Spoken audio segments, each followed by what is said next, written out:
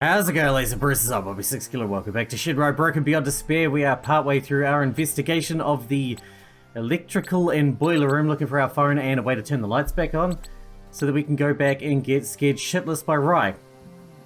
We're pretty much done with this end of the room, I think. A tubing system containing electrical wires is running across the ceiling and through the walls, distributing the electricity that's generated down here, not only to every corner of the room, but throughout the entire building. Or at least it would if the power wasn't switched off right now. Yeah, we need to look at the other part of the room. Petrol? There's a lonely gas canister sitting below the window. Baro-chan's been eyeing it for a while now. She's gonna burn the house down.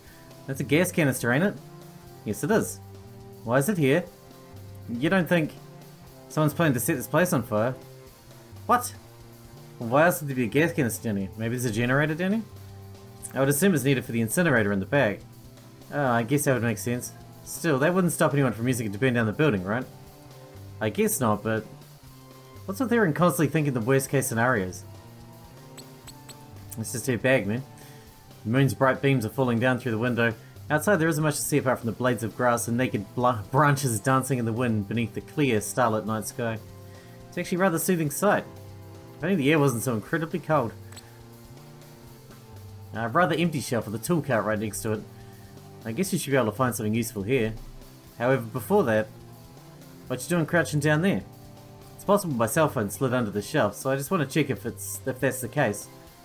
Oh, true that. So like, can you see it?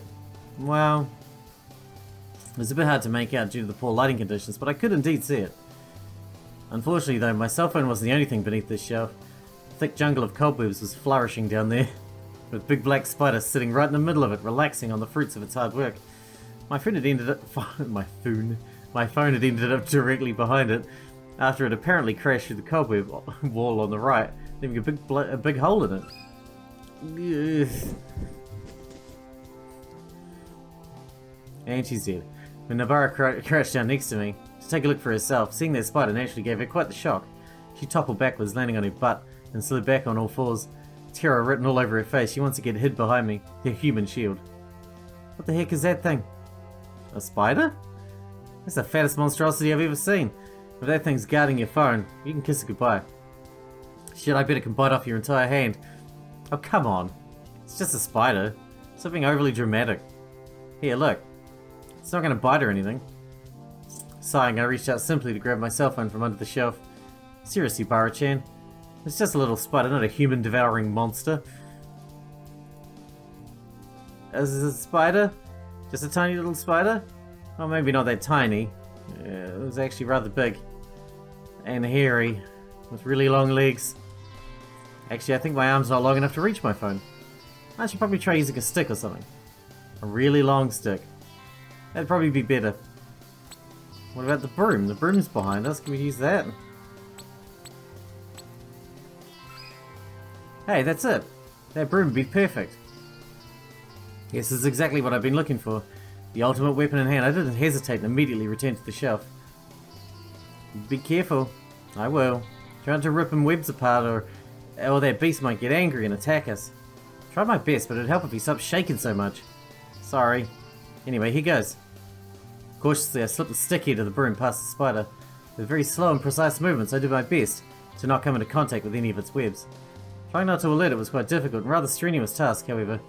Nevertheless, after a good amount of sweat had streamed down my forehead, I managed to press a stick against the backside of my phone. Carefully, I tried sliding it toward us across the floor. It took quite a while since I neither wanted to get any scratches on the screen, nor enrage that enormous spider, but eventually... Alright, I got it. That was close, man. You almost touched that thing. But I didn't. And all is well that ends well, right? I guess. My poor cell phone. Man, was I glad to have it back. And apart from some cobwebs, it thankfully hadn't sustained any critical damage. Well, looks like that spider's still snoring. Since you got your phone, let's just get away from here before it wakes up. Ah, come on. Even if it does, it's just a spider, so... Movement.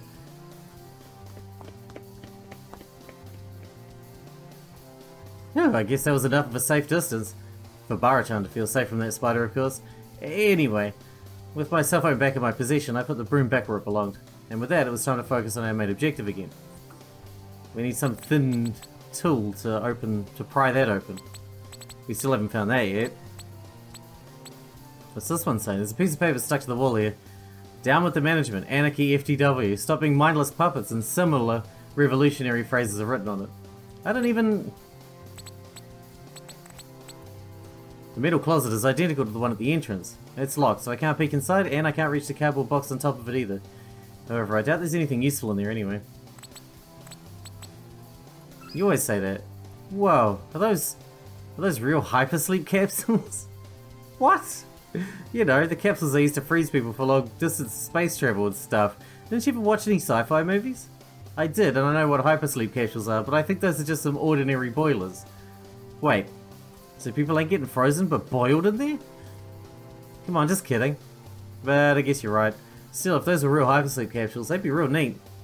I mean, they ain't got no windows, so you wouldn't need to worry about some alien parasites aciding their way through the glass and attaching itself to your face while you're sleeping. I should have thought about that. That movie gave me some of the worst nightmares ever. I think you'll find that if they spit acid, they're more likely to be able to burn through metal than they are through glass. What the heck is that huge thing back there? I think it's an incinerator. An incinerator? Why'd something like that be here? Maybe garbage trucks don't come all the way out here to a little mountain resort like this, so they have to burn their own trash. Since there are a lot of cables connected to it, they probably use the heat to generate additional electricity as well. I see. What exactly are you doing there? Just making sure there ain't nothing inside. Don't tell me you're expecting to find a burned corpse inside the furnace. You never know. In crime stories, they often use incinerators to burn corpses and evidence, so... Like in Danganronpa. Just exactly what kind of people does she think this resort staff is? Have we looked at everything now? Nearly? Not quite? Why, hello there, you sexy ceiling light. Tell me, what do I need to do to turn you on? Yeah, I guess I've done better. A tubing system containing electrical wires. Yeah, we heard that one. Gasoline canister. Whenever Barachan glances at it, the warrior in her face intensifies. Can we just set this up? Set this thing going?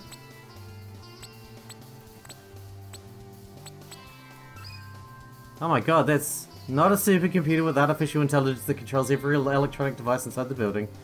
Aw, nut bunnies. It looks so futuristic though. It's probably just some kind of generator. I don't know techie, so I wouldn't know. Then maybe it is a supercomputer. At the very least, I can assure you it's not. Apollo, please turn the power back on. What are you doing? I'm trying to talk to the AI, but maybe it reacts to a different name. Hal? Come on, talk to me. Mother? Can you hear me? Please help us. Ah, she ain't responding. You bitch. Oh, she's funny, man. She's so funny. Alright, what are we doing now? We still have to find something to open this with, right? Can we get the sword out of here? No, wrong one. Do we find a screwdriver or something similar? Ah, yeah. Well, there's the tool shed, the tool shelf right here. There's got to be a screwdriver. Okay, a screwdriver or something simpler would do the trick. While searching for a tool that matched the given criteria, I kept glancing over the bottom of the shelf to my right every now and again, just to make sure the spider was still where I'd last seen it. Luckily, it didn't move at all. And luckily, it didn't take me long to find what I needed either, so I get the hell away from there. Flat-headed screwdriver. Nice. Alright, let's get it over with. I want to go back to the party and party. Except for that green hair girl, I want to avoid her. Here we go. I hope this works. Bingo. Well, it's open, but that's a lot of, you know, thingamabobs. Switches? Yes. How do you know which ones to push? Easy. The one that's facing the wrong way. As far as I can see, the main breaker switch is off. So all we have to do is switch it back on.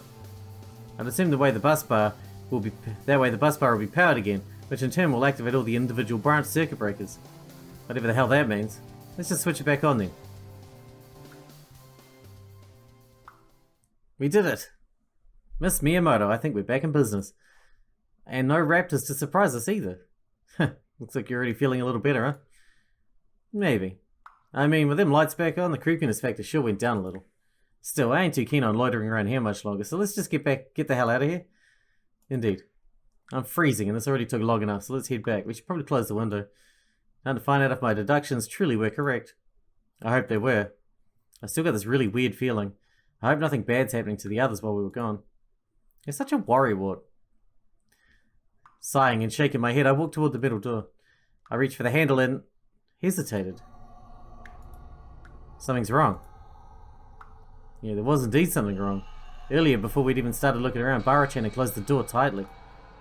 She might not have been able to actually lock it, but due to her fears of someone or something lurking in the corridor, a closed door made her feel a little safer. Therefore, she wouldn't have to open it again. Wouldn't have opened it again. And I definitely hadn't touched it either. So then why was it open a crack now? A crack wide enough for someone to peek through. Raiko-chan? I wrapped my hand around the cold handle and slowly pulled the door toward me. Once it was wide open... Oh, God. Aku! Aku. Yes, of course. Who else would secretly follow and observe us in a situation like this? While that little devil was busy bursting into loud, irritating laughter, I tended to Bara-chan, who had dropped to the floor and was sitting there with gigantic eyes and a ghostly pale face.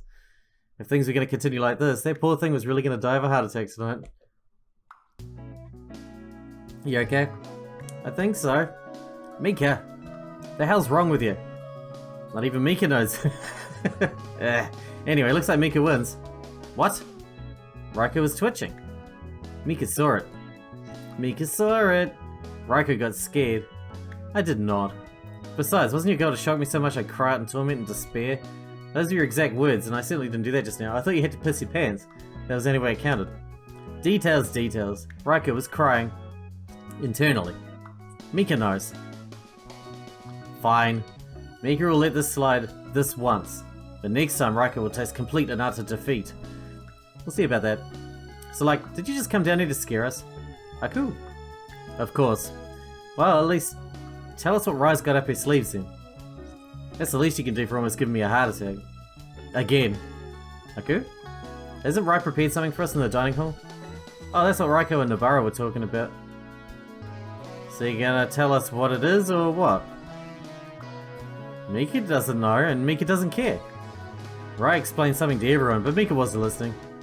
Mika had to sneak out and follow Raiko and Nobara under the veil of darkness to execute his surprise attack. Ah, nut bunnies.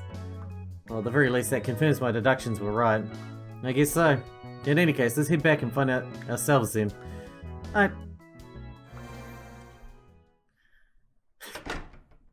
This is a weird night. When the three of us left the breaker room and stepped out into the corridor, it was still drenched in darkness. Thanks to our hard work though, now a simple click of the light switch was enough to change that. Yes, this is much better. Without having to worry about bumping into any walls now, we began to move down the corridor following the blue carpet. Of course, along the way we couldn't help but speculate about what Rai might have planned for us. Mika even proposed devising a counterattack in order to turn the tables on our host, however... I really don't think we should do that. Aku? Why not? Yeah, seriously. You're serious? Kicking the sliding door in? Rai would murder us. But no one would see it coming and they'd all be totally shocked. Yeah, well, no shit. But still, we can't just... Did you guys hear that? Aku? Hear what? I could have sworn I just heard... Oh god, here we go again. What the heck was that? Wasn't that Carmen's voice? I think so. Yes, even though that scream had come from pretty far away, and had therefore been rather muffled, that had definitely sounded like Carmen. However, why would she scream like that? You think something's happened? Aku? Maybe this is already part of Rai's plan to shock us. I don't know. All I can say is that I don't like it. Well, no point standing here trying to figure it out. Let's just take a look. Huh? Raiko-chan? Wait! Ah, coffee. As I darted down the hallway, I could hear the footsteps of the others behind me. They didn't waste much time and immediately chased after me, running as fast as their legs could carry them. While we shot down the corridor, we heard another scream. The first one had definitely been Carmen. But this one? Runa? That's what the world was going on there. Also, the screams, they weren't coming from the floor above us. No, it sounded more like they were coming from even further away. Like the second floor. But why would Carmen and Runa even be there? And more importantly, what would cause them to let out such blood-curdling screams in the first place? Was this really part of Rai's plan to scare us? Whatever the case, I didn't want to jump to any conclusions. Even if it meant falling right into Rye's trap, I had to take a look first. I certainly wasn't going to take any risks due to false assumptions. Not again. Besides, maybe it was because of Bara-chan and her non-stop worrying, but I somehow had a really bad feeling about this. We rushed up the stairs as fast as we could, taking 2 steps at a time. Ignoring the first floor, I continued upstairs, heading directly for the second. Bara-chan and Mika followed hard on my heels. When we finally reached it, the ceiling lights were shining brightly, so someone definitely had to be up here. After climbing the last couple of steps, I stopped for a second, trying to catch my breath. As I did, I glanced down the hallway, hoping to get a glimpse of what was going on. And sure enough, right there in the middle of the corridor, I could see something. 3 people were standing in front of one of the many guest rooms. A white-haired boy in a vampire suit, a girl with a cape and a witch hat, and another girl in a white kimono. Hiro, Carmen, and Runa.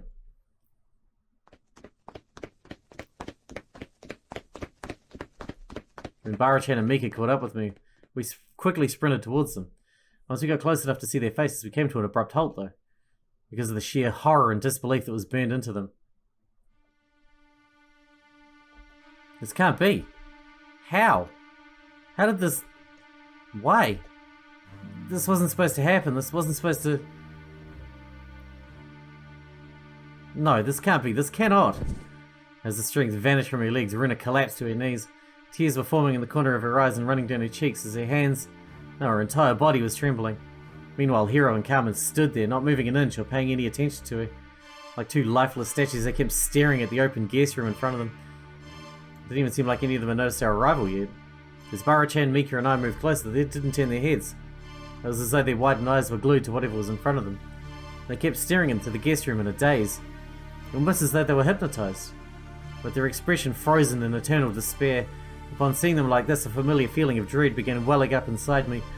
Driven by her curiosity, Mika stepped forward, trying to get a look at whatever the others were so horrified by, and after some hesitation, Bara-chan followed suit. Bad idea. I wanted to take a look too, however, some inner voice was warning me not to. It was as though it already knew I was going to regret it. In the end, however, my own curiosity won over my subconscious fears I had. Almost on its own, my body moved forwards. Since the others were standing in the way, and I was rather small, I had to get on my toes to be able to glance over their shoulders. Nevertheless, I was able to get a good glimpse of what was terrifying them so much. There among the darkness, right in the middle of that guest room. Okay. That's your fault, Hiro, I'm blaming you. Momoka? That was Momoka. My own eyes widened in shock as my right hand instinctively covered my mouth. Momoka? Her face was mostly hidden beneath her pink-coloured hair. All I could see was her open mouth, which was contorted into a silent scream. Saliva dripped from her lips. Below it, I noticed something slung around her neck. It seemed like a rope. Yes, a red rope. One of its ends was stretching down from the ceiling, while the other was tied into a noose, holding her neck into tight grasp. Her arms were lifeless, dangling down her sides, moving in a slight motion, together with the rest of her body. A slow swinging motion from left to right, like a pendulum. As I felt the strength draining from my toes, I sank back to my feet. Speechless, I turned into just another statue like everyone else. I didn't know what to say. I didn't know what to think. My mind was a complete blank. Just what in the world had happened here?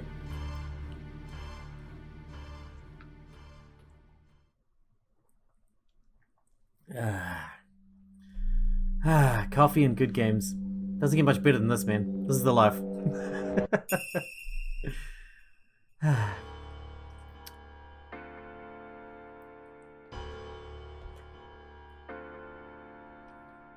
still blaming you, Hiro, for now. Because you're an asshole. Frozen in place, unable to move even an inch of their bodies, a group of 6 people was gathered in the center of the second floor hallway. Just standing there, surrounded by silence. An overwhelming, unbearable silence. None of them said a word. None of them made even the faintest of sounds. They were too taken aback, too devastated to get out even a single word. But words weren't necessary. Their expressions alone were saying far more than any amount of words could have. Shock, terror, disbelief, sadness, pain, despair. Their faces were distorted by a wild mix of emotions as they kept staring ahead, right through the open door, into that dreadful guest room before them. Why'd you do it right in the doorway? Momoka! 6 pairs of widened eyes were directed at this horrible sight. How? Just how in the world could this have happened? Happy Halloween! Yo, Momo-chan! Sup? And happy Halloween to you too! Hi, thanks! Hero, stop it! I told you not to say such weird things in front of the others. Why not? It's the truth. It's embarrassing. Oh my. Raiko-chan. I only realized now. Those ears. They look so cute. Can I touch them?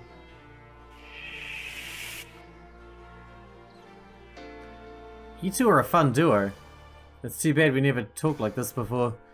I really regret that now. I feel that way, we just gotta talk a shit ton starting now. Never too late to change stuff like that. We're classmates after all. We'll get a lot more chances to talk, right? Just gonna have to use them. That'd be nice.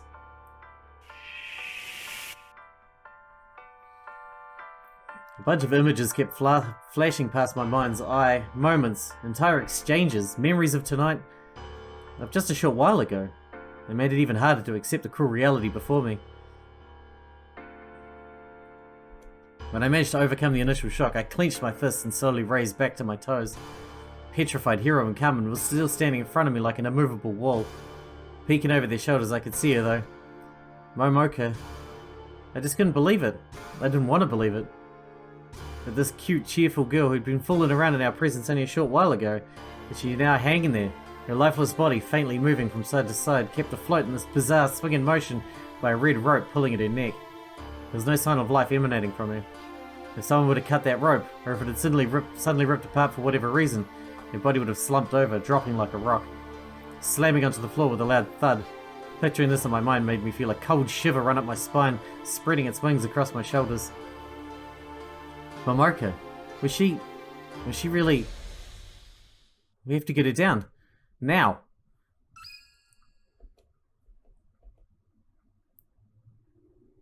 Her voice violently tore us out of our trance-like state, letting the flow of time continue at its quick, unrelenting pace. What had seemed like an eternity had in reality only been mere moments since our arrival. And it was only now that I realized she was right. Momoka's body was still moving. It was still moving in a slight swinging motion, so it couldn't have been that long since... Maybe it's not too late. We have to get her down. Now. Yeah, you're right. You there. Without moving an inch, Hiro threw a glance over his shoulder and directed at me. The shock that had been tearing at his face just that moment ago was replaced by a surge of grave urgency. Go call an ambulance and tell Rai what happened here. She's still downstairs in the dining hall. Get her quick. Yes. In the meantime, I'll try to get her down. I'll help you. While Hiro and Carmen moved into the guest room in order to take care of Momoka, I quickly turned around to the others. What came to my attention first was Runa. She was cowering on the floor, still frozen in time. The sheer horror on her face couldn't be described in words. Miki, you take care of Runa. Aku. Bara-chan, we'll go look for a phone and call an ambulance. Wait a sec. What? Can't you just use your cell? No, I can't. Huh? Why not? There's no cell phone reception out here in the mountains. It's stated in the pamphlet Wright gave us, and I confirmed it myself when we went to the basement earlier. We've no choice but to find a telephone. Oh, but where? The reception. Yeah, of course the reception would have one. Let's go. With that settled, there was no more time to lose. They would take bookings in reception, right? So they obviously have a phone. Everyone knew what they had to do. And so, with Hiro and Carmen taking care of Momoka, Mika kneeled beside the paralysed Runa. Bara-chan and I took off as fast as we could to fulfill our own assignment. And we had to hurry. Maybe there was still a chance. As we dashed back toward the staircase, a dozen things kept running through my mind. Even if I found her in time and Hiro was able to get her down, this whole scenario wouldn't be without consequences. People who survived an attempt at hanging themselves usually suffered severe injuries. In the worst case, even permanent brain damage. So even if Momoka was still alive, there was a high chance that she... No, I didn't even want to think of it that far. For now, all that mattered was to get help. That was all I had to focus on. So I jumped down the steps at an incredible speed. And within moments... Hey, there she is! When we arrived at the bottom of the staircase, Bara-chan pointed down the hallway. There in the distance we could see Rai, who had just left the dining hall. When she noticed Bara-chan and me, she came immediately sprinting towards us, a big question mark lighting up above her head. Bara-chan! Rai-kun-yan! What the hell happened? Where'd everyone run off to? And what was those screams? What's going on here? Curses, there was no time for this. Right behind us is a reception door, so ignoring her questions, I quickly turned around, grabbed the handle, and threw it open. After hitting the light switch, the room lit up, and I jumped right into its center, frantically looking around. However, where is it? Curses, where is it? I couldn't see a phone anywhere. I'd have assumed it to be sitting on the reception counter, but what's gotten into you all of a sudden? And who do you need to call anyways? Don't tell me you want your parents to come and take you back home. Not our parents, an ambulance. An ambulance? Did someone get hurt? Momoka. She hanged herself. What? While Bara-chan tried to explain the situation, I kept desperately searching for a phone. There wasn't anything even remotely resembling one on the counter, so where was it? As I turned around to ask Rai, she... Ha! Ha ha ha ha ha. Suddenly burst out into loud laughter. Of course it was her trick. When I looked at her face, there was not a hint of panic or urgency to be found. On the contrary, she showed us a huge grin before narrowing her eyes in suspicion. Nice try, you two. But you won't get me that easily. Oh no. What you talking about? You can drop the act. I won't fall for this. Huh? We ain't joking about this. Yeah. You really thought this would work? Although I gotta admit, you almost had me there for a sec. You got some nice acting skills. Maybe you should consider joining the drama club. Right. This is not a joke. Now tell me, where is the accursed phone? What? What do you mean, where is it? That's right. She turned around to the counter to show me where it was, but... Huh? It's gone. What do you mean it's gone? How are you going to call an ambulance then? Guys, this seriously isn't funny anymore.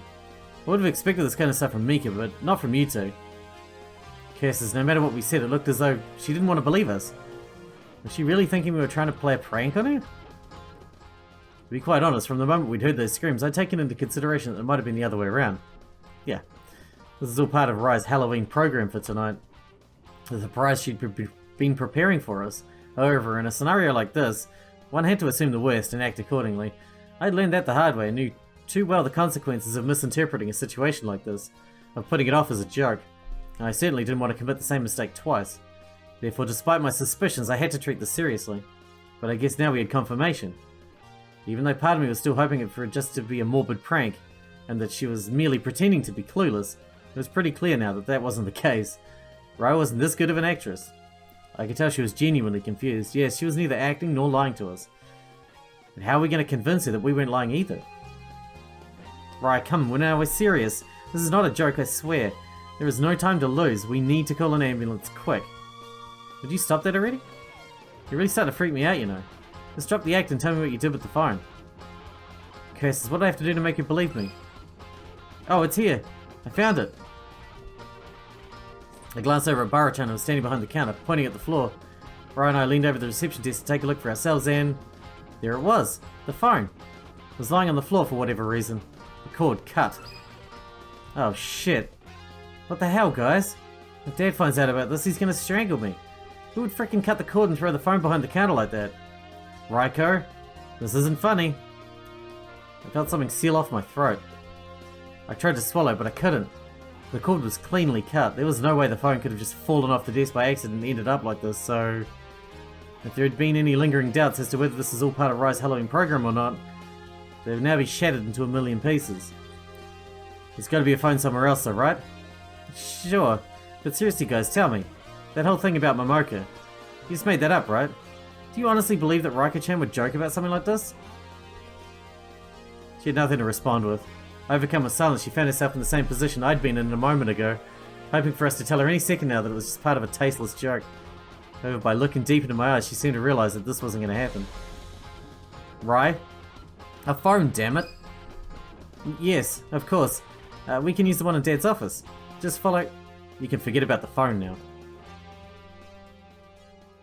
When we turned around to look at the door leading to the corridor, we saw Mika standing there, an unusually grim expression on her face.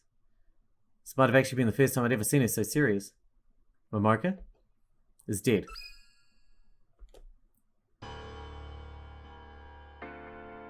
Her words hit us in the gut, and once again we froze, turning into statues of despair.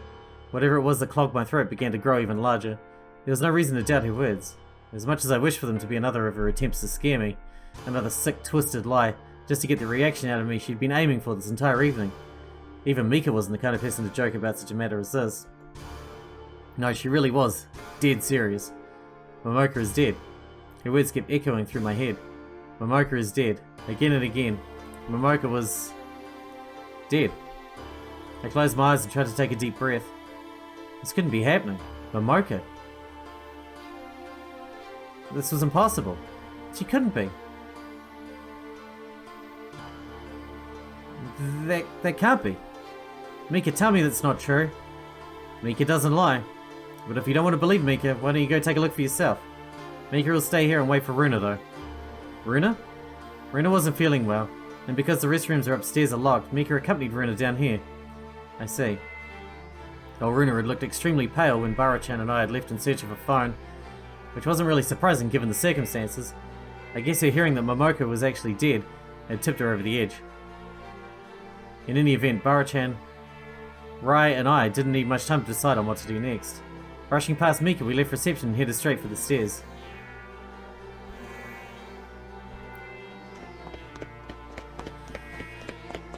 We reached the second floor. Okay, it's time for us to wrap this one up here, I think. So shit is kicking off now, as you can tell. It's been a slow boil, but we knew it was coming. We knew it was coming. Although I didn't expect that, but it has to be murder, right? Murder most foul. Anyway, I guess we'll find out in the next one. Hope you guys enjoyed it. Thanks for watching. Thanks for hanging out with me, and I'll see you in the next episode.